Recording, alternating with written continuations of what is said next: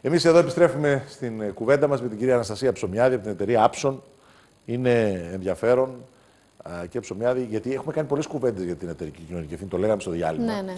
Και έτσι υπάρχει μια μονοτονία στην προσέγγιση. Εσείς έχετε μια προσέγγιση η οποία είναι ενδιαφέρουσα. Δηλαδή δεν το πας από την πλευρά των δημοσίων σχέσεων και του επιχειρηματία, αλλά από την κοινωνική ανάγκη, την πραγματική κοινωνική ανάγκη, την οποία εφόσον την καλύψει έχει και αποτέλεσμα. Έχει αποτέλεσμα και μετά φυσικά μπορεί να υποστηριχθεί οποιοδήποτε project, οποιαδήποτε δράση και με δημόσιες σχέσεις και με την επικοινωνία και με το ίδιο το marketing. Αλλά υποστηρικτικά όλα αυτά. Γιατί η ουσία είναι η κάλυψη της ανάγκης.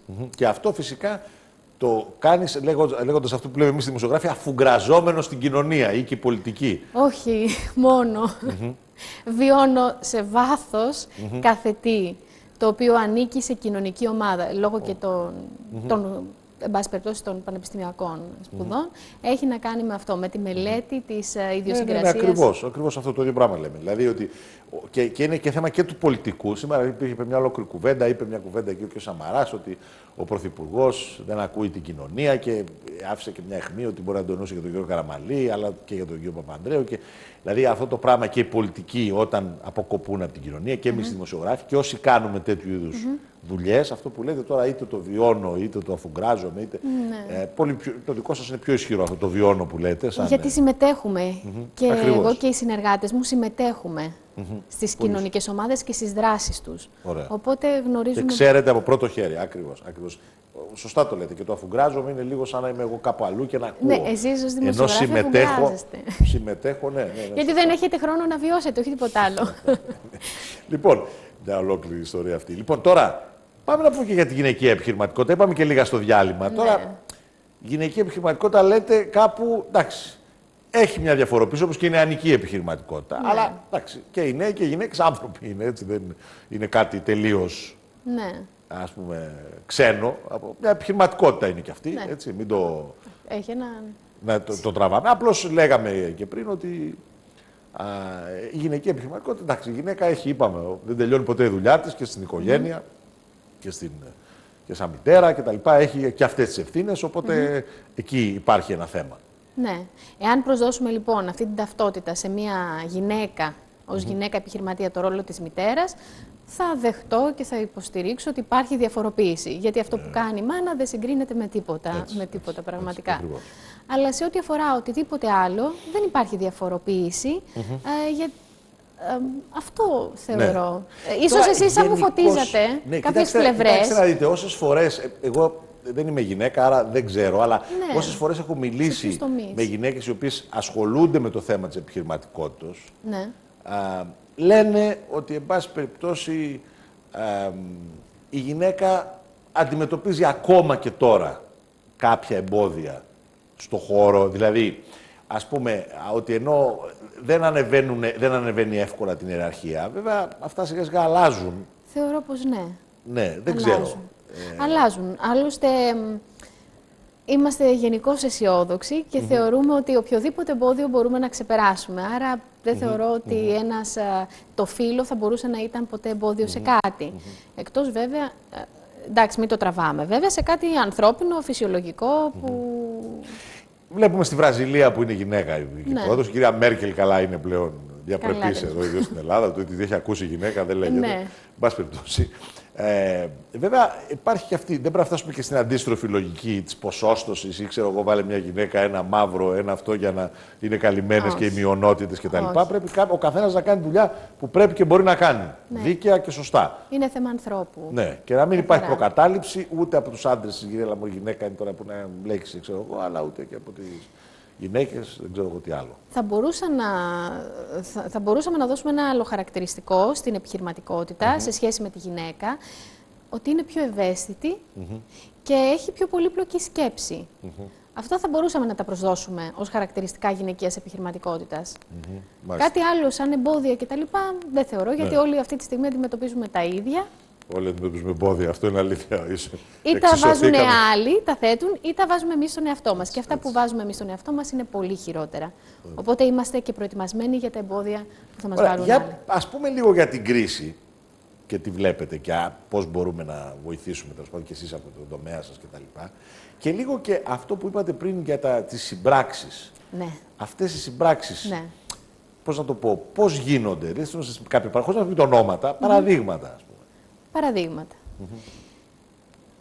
Καταστήματα, αλυσίδα. Δραστηριοποιείται σε συγκεκριμένες τοπικές κοινωνίες. Εμείς κάναμε έρευνα, με τους φορείς μιλήσαμε, συσκέψεις επί συσκέψεων, συγκεντρώσαμε τις ανάγκες των φορέων, επιλέξαμε σε ποια θα είναι η ομάδα η οποία θα αναδειχθεί περισσότερο μέσα από αυτή τη δράση και έτσι λοιπόν δημιουργήσαμε ένα αρκετά μεγάλο project, όχι μεγάλο σε ό,τι αφορά βέβαια τα χρήματα τα οποία έδωσαν, με την έννοια ότι όταν κάνεις τέτοιου είδους δράσεις, καινοτόμες κτλ., όλοι είναι λίγο πιο συγκρατημένοι. Έτσι αγκαλιάσαμε όλες τις δράσεις των φορέων και παρουσιάσαμε τις δράσεις τους μέσα στο πλαίσιο ενός διημέρου. Λέμε τώρα ένα παράδειγμα, που είχε αφιέρωμα στο περιβάλλον. Υπήρχε τέτοια επιτυχία, τέτοια ανταπόκριση, που ήταν ασύλληπτη πραγματικά. Και δηλαδή η εταιρεία κάλυψε τα έξοδα, ας το πούμε. Όχι, όχι απλά. Δεν κάλυψε απλά τα έξοδα. Η εταιρεία μπήκε μέσα σε όλα τα σπίτια, μπήκε στα σχολεία. Μάλιστα, έκανε και την έρευνα δηλαδή. Η εταιρεία μπήκε και με έντυπα και όλοι δρούσαν για την εταιρεία. Π.χ. Πρέπει να μιλήσω πιο συγκεκριμένα δυστυχώς και όχι, με παραδείγματα. Έχεις ένα προϊόν, Coca-Cola. Στείνονται τα πάντα, π.χ. σε ένα διήμερο περιβάλλοντος κτλ. Σε σχέση με τον τενεκεδάκι και την ανακύκλωση και το περιβάλλον. Λέμε. Και όλα τα εργαστήρια είναι στημένα με βάση το προϊόν και τις ιδιότητές του. Μάλιστα. Φτιάχνεις τα πάντα σε σχέση και χρησιμοποιείς τα τενεκεδάκια αυτά. Ή χρησιμοποιείς το γυαλί. Ναι, συζητάγαν, όχι να καταλάβω κάτι.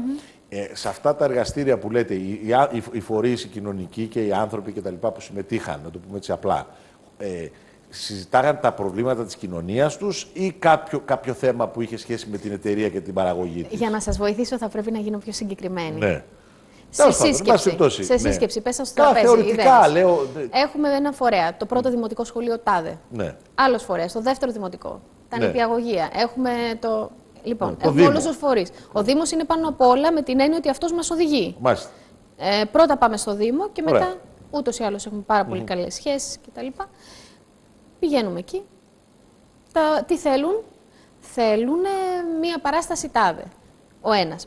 Το άλλος φορέας θέλει αυτό και αυτό και αυτό. Μάλιστα. Θέλει μια πεζοπορία εκεί, θέλει να αναδείξει τα χαρακτηριστικά της πόλης του εκεί, θέλει να παρουσιάσει μια θεατρική παράσταση η οποία είναι στημένη στο περιβάλλον. Εμείς λοιπόν όλα αυτά τα θέλω, τα συγκεντρώσαμε, επιλέξαμε ένα από κάθε φορέα και έτσι λοιπόν ο πελάτης μας, και όχι μόνο ως έντυπο μπήκε σε όλα τα σπίτια, ως έντυπο αυτών των δράσεων, αλλά όλοι δρούσαν για τον πελάτη μας. Μάλιστα.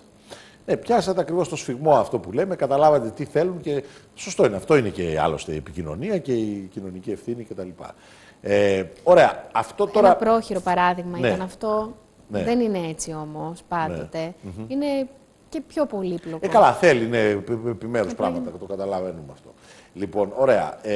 Άρα έχουμε λοιπόν αυτό θεσμικά, λέτε, δεν είναι χορηγία, αλλά είναι κάτι άλλο, δεν είναι και ΣΔΙΤ, τέλος πάντων, που λέμε συμπράξεις δημοσίου και ιδιωτικού τομέα. Είναι δεν είναι, δυστυχώς, ενώ θα μπορούσε.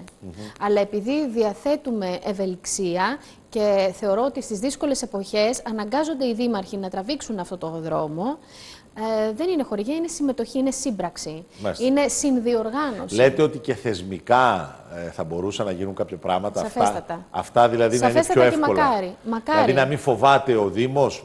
Να μην φοβάται ο Δήμος να φανεί ο χορηγός. Ναι. Και τώρα δεν φοβάται. Τώρα δεν φοβάται αντικειμενικά. Και με την προσέγγιση που κάναμε αυτά τα χρόνια που ενεργήσαμε με αυτό το σκεπτικό, δεν φοβήθηκε. Ναι. Δεν φοβήθηκε γιατί τους προσφέραμε κατευθείαν τη λύση. Μην φοβάστε αυτό. Υπάρχει ένα θέμα.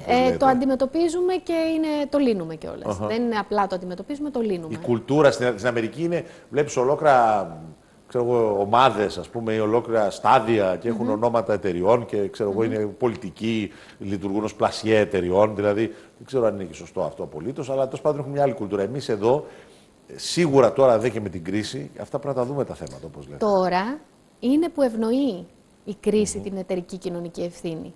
Γιατί λέτε πλέον έχουν κάποιες ανάγκες οι Δήμοι και εφόσον δεν μπορούν το κράτος, άρα θα ξεπεραστεί και λίγο και αυτή η προκατάληψη. Έχει ξεπεραστεί ήδη. Ήδη με τις πρώτες επαφές το είδα. Ναι. Έχει αφαιθεί σαν ιδέα. Κάποιοι καχύποπτοι που θα λέγανε τώρα μπα βάλεις το Δήμο με μια εταιρεία και ότι η εταιρεία να χρησιμοποιήσει στην ουσία το Δήμο για να κάνει διαφήμιση. Και ο Δήμος χρησιμοποιεί και η εταιρεία. Όλοι είναι ευχαριστημένοι. Και πάνω απ' όλα ο πολίτης, το κοινό. Ναι. Τι πρέπει να τηρηθεί όμως, ίσως κάποιες ισορροπίες.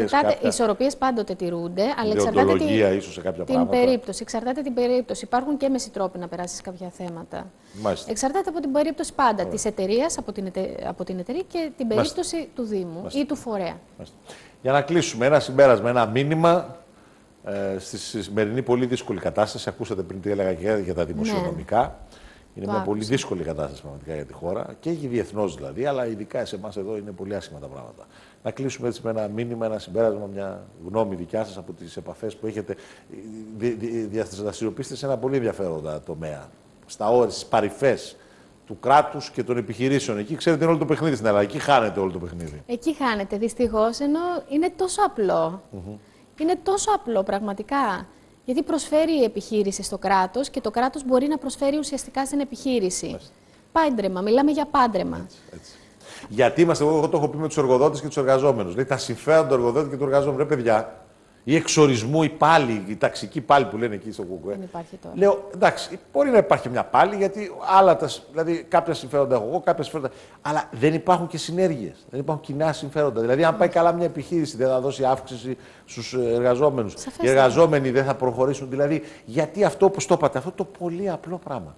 Που ο Αμερικάνος, Φερρυπίν, λέω τώρα, το καταλαβαίνει αμέσως. Σου λέει η εταιρεία είμαι εγώ και εγώ είμαι η εταιρεία. Εμείς εδώ.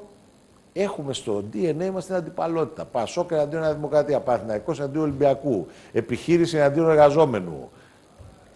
Επαναλαμβάνω και επαναλαμβάνομαι, λέγοντας ότι η κρίση αυτή και αυτός ο ρόλος πλέον του κράτους ευνοεί την εταιρική κοινωνική ευθύνη, ευνοεί την ουσιαστική προσφορά των εταιριών στην κοινωνία. Είναι η ώρα λοιπόν για αυτό το πράγμα. Και είμαστε χαρούμενοι γι' αυτό. Το υπηρετούμε. Κυρία Ψωμάτη, χαρήκαμε πολύ που σας είχαμε εδώ. Πιστεύουμε ότι ήταν χρήσιμη όλη αυτή η κουβέντα. Θα τα παρακολουθήσουμε αυτά τα θέματα όλα βέβαια. Θα έχουμε τη χαρά να τα ξαναπούμε. Ευχαριστούμε πάρα πολύ για την παρουσία σας σήμερα εδώ. Καλή δύναμη. Καλή δύναμη και σε εσάς.